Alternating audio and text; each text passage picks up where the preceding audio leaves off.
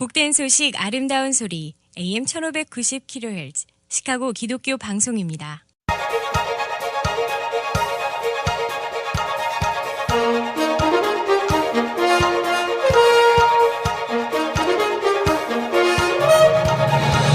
김정일 해설위원의 시사 해설. 세상을 넓게 봅니다. 삶의 지평이 넓어집니다.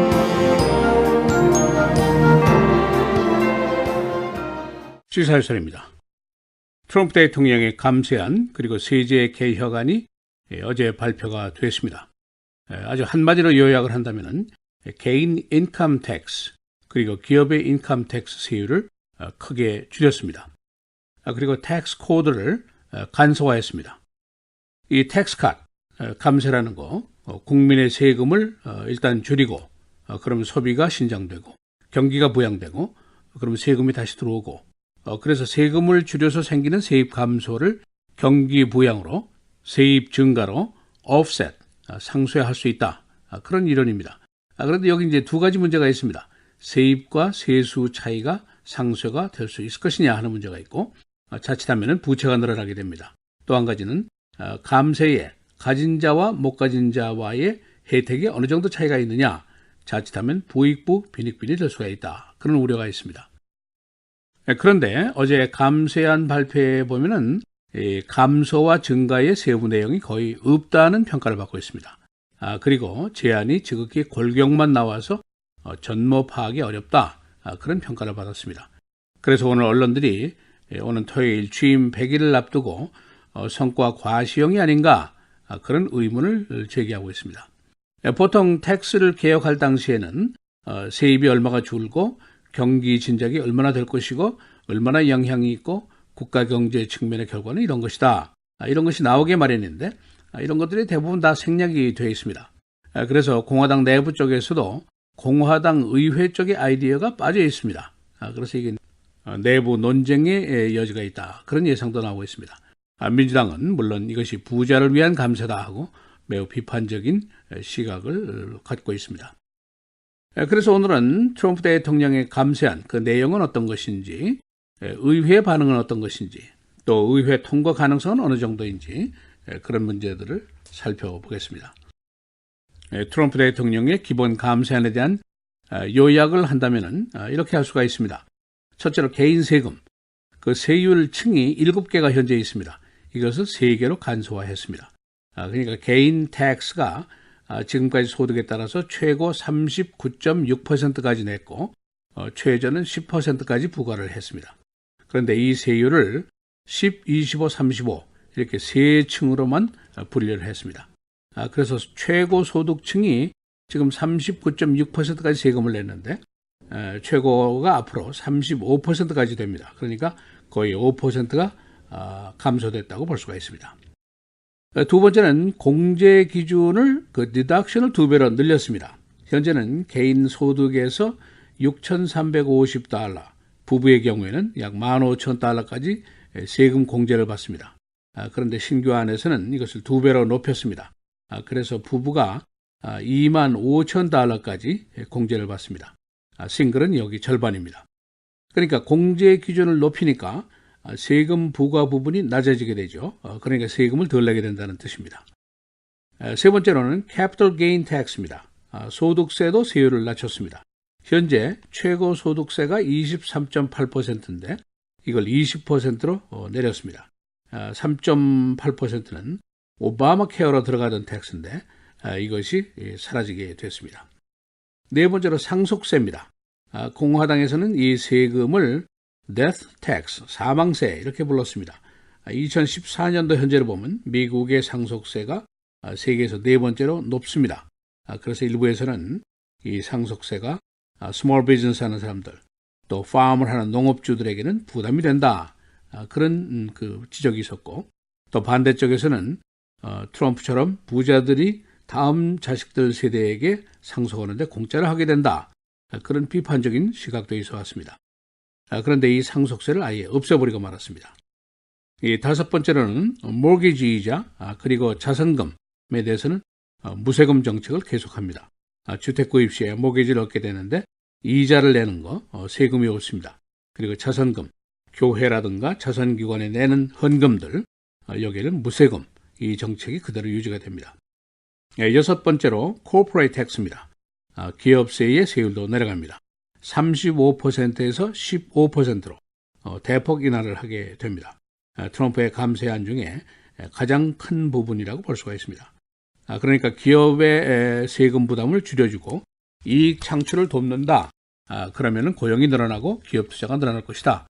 결과적으로 국가 경제 신장에 긍정적인 효과가 올 것이다. 이제 그런 이론입니다. 그런데 Tax Foundation이라는 조세 연구 기관이 이 기업 세율 감소로 국가의 세입 감소가 나오는 것이 앞으로 10년 동안 한 2조 달러가 예상이 됩니다. 그런데 이 세율 감소로 경제 성장의 차감 효과가 과연 2조 달러가 있을 것이냐? 거기에 대한 계산은 없습니다. 새로 제안된 감세안의 내용, 결국 보면은 첫째로 중산층의 세금이 준다는 뜻입니다.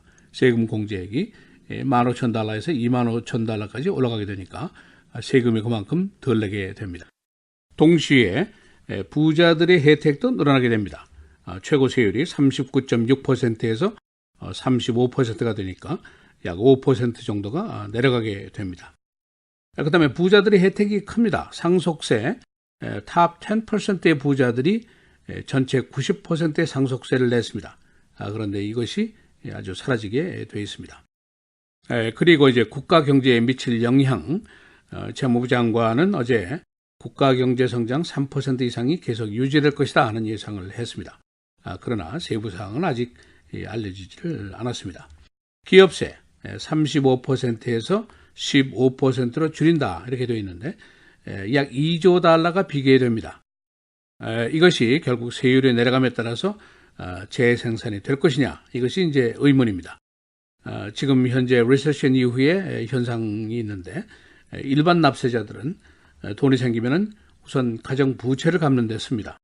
그리고 부자들은 부동산을 매입한다든가 이런 데 돈을 쓰게 되는데 만일 재투자가 안 되면은 국가 부채만 늘어나고 낭패를 당할 수가 있습니다. 이 세제 개혁으로 미국의 고용 창출이 될 것이나 하는 의문이 있습니다. 당초의 의회, 특히 폴 라이언 하원 의장 같은 사람은 Border Adjustment Tax를 주장을 했습니다. 해외 투자, 아웃소싱하는 기업들이 앞으로 미국 내에서 경제 활동을 할 때는 세금을 부과하겠다. 그래서 국내 기업 활동을 늘리고 고용을 늘린다. 이제 그런 아이디어인데 이번 세금 조정에서는 이 수출 수입에 대한 세금이 없습니다. 아마도 공화당 내부에서 논쟁의 이슈가 되지 않겠느냐, 그런 예상도 나오고 있습니다. 그리고 루프홀, 함정이죠. 빠져나갈 구멍을 얘기하는데 여기에 대한 우려가 있습니다. 기업 텍스가 이제 15%뿐이니까 개인세 최고가 35%입니다. 그러니까 한 개인이 나는 이것이 기업 행위다, 동업이다, 투자다 이렇게 주장을 하면서 35에서 15%만 내면 어떡하느냐, 이제 그런 걱정입니다. 자칫하면은 20년 동안 2조 6천억 달러의 세수 차질이 가능하다 하는 지적도 나오고 있습니다. 기업세가 감축되면 약 4조 달러의 세수 감소가 있을 것으로 예상이 되고 있습니다. 앞에서 말씀드린 대로 이 감세안, 구체안이 없다. 의회와의 조율도 별로 없어 보인다. 그런 이제 평가가 나왔는데 트럼프 대통령의 감세안 발표 직후에 공화당에서는 지지를 했습니다. 그러나 민주당에서는 즉각적인 반대 반응을 보였습니다. 의회 통과의 가능성 아주 적거나 거의 없다 하는 분석이 나오고 있습니다. 이 세제 개혁이라는 거 매우 중차대한 일입니다. 그래서 상원에서 60표가 있어야 통과가 가능한데 공화당이 현재 52표뿐입니다. 그래서 앞으로 이 안이 여러 가지 조정과 협상을 거치면서 논쟁의 시간을 갖게 될 것으로 보입니다. 일단 현재 반응 한마디로 감세는 하는데 그 세입 손실분을 어떻게 할 것이냐, 그것이 확실하지 않다. 그런 의심들이 많이 나오고 있습니다. 시사해설 김정일입니다.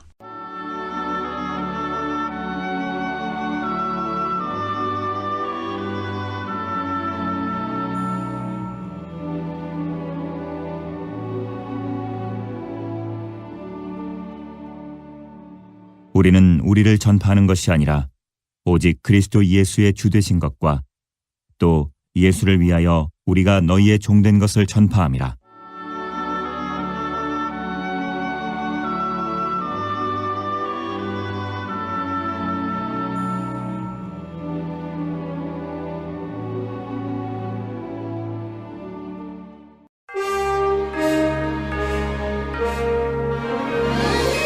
헤드라인 뉴스입니다.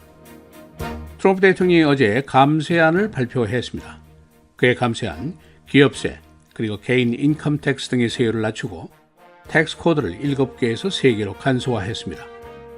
그러나 그의 감세안은 확실한 재정 계획을 제시하지 못했다는 평가를 받고 있습니다. 의회 통과 가능성은 낮은 것으로 예상됩니다. 트럼프 대통령이 토요일 취임 100일을 앞두고 있습니다. 언론들은 그의 100일간의 실적 평가를 높지 않게 하고 있습니다. 그의 이민 문제, 교육, 헬스케어, 세금, 국제 문제 등에 대한 논쟁적인 이슈가 아직 산재해 있다는 이유 때문입니다. 공화당이 정부 폐쇄를 피하기 위해서 예산 통과 마감일을 5월 5일까지 단기 연장을 제안했습니다. 예산 통과에 걸림돌이 되었던 멕시코 국경 장벽 기금이 사이드라인으로 빠져나갔습니다. 민주당은 계속해서 오바마 케어 정부 보조 기금 지출을 요구하고 있습니다. 상원 의원 거의 전원이 어제 화이트하우스에서 북한 핵 위기에 대한 브리핑을 들었습니다. 국무 국방 합참 의장이 설명한 이 브리핑은 비공개, 비밀로 처리가 됐습니다. 렉스 틸러슨 국무장관은 내일 UN 안보리로 가게 됩니다.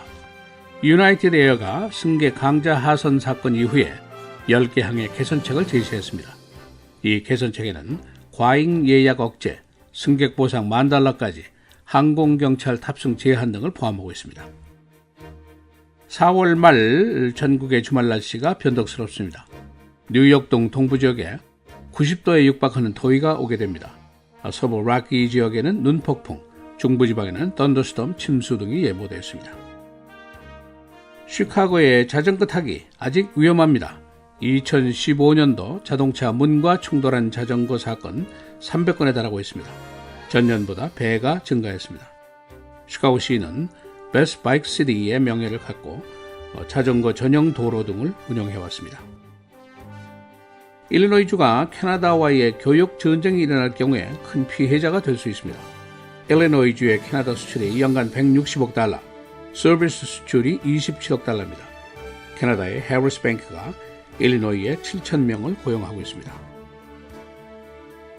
어제 CTA 버스 안에서 10대 소녀가 성폭행을 당했습니다. 어제 밀워키와 풀러턴, 로건 스퀘어 지역입니다. 56번 버스 내에서 14살 티네이저가 50대에서 60대로 보이는 남자로부터 성폭행을 당했습니다. 가해자는 도주했습니다. 날씨입니다. 오늘부터 금, 토, 주일, 월요일까지 계속해서 흐리고 비. 오늘 최고는 55도, 내일 58도, 토요일 45도, 주일은 61도, 월요일 54도입니다.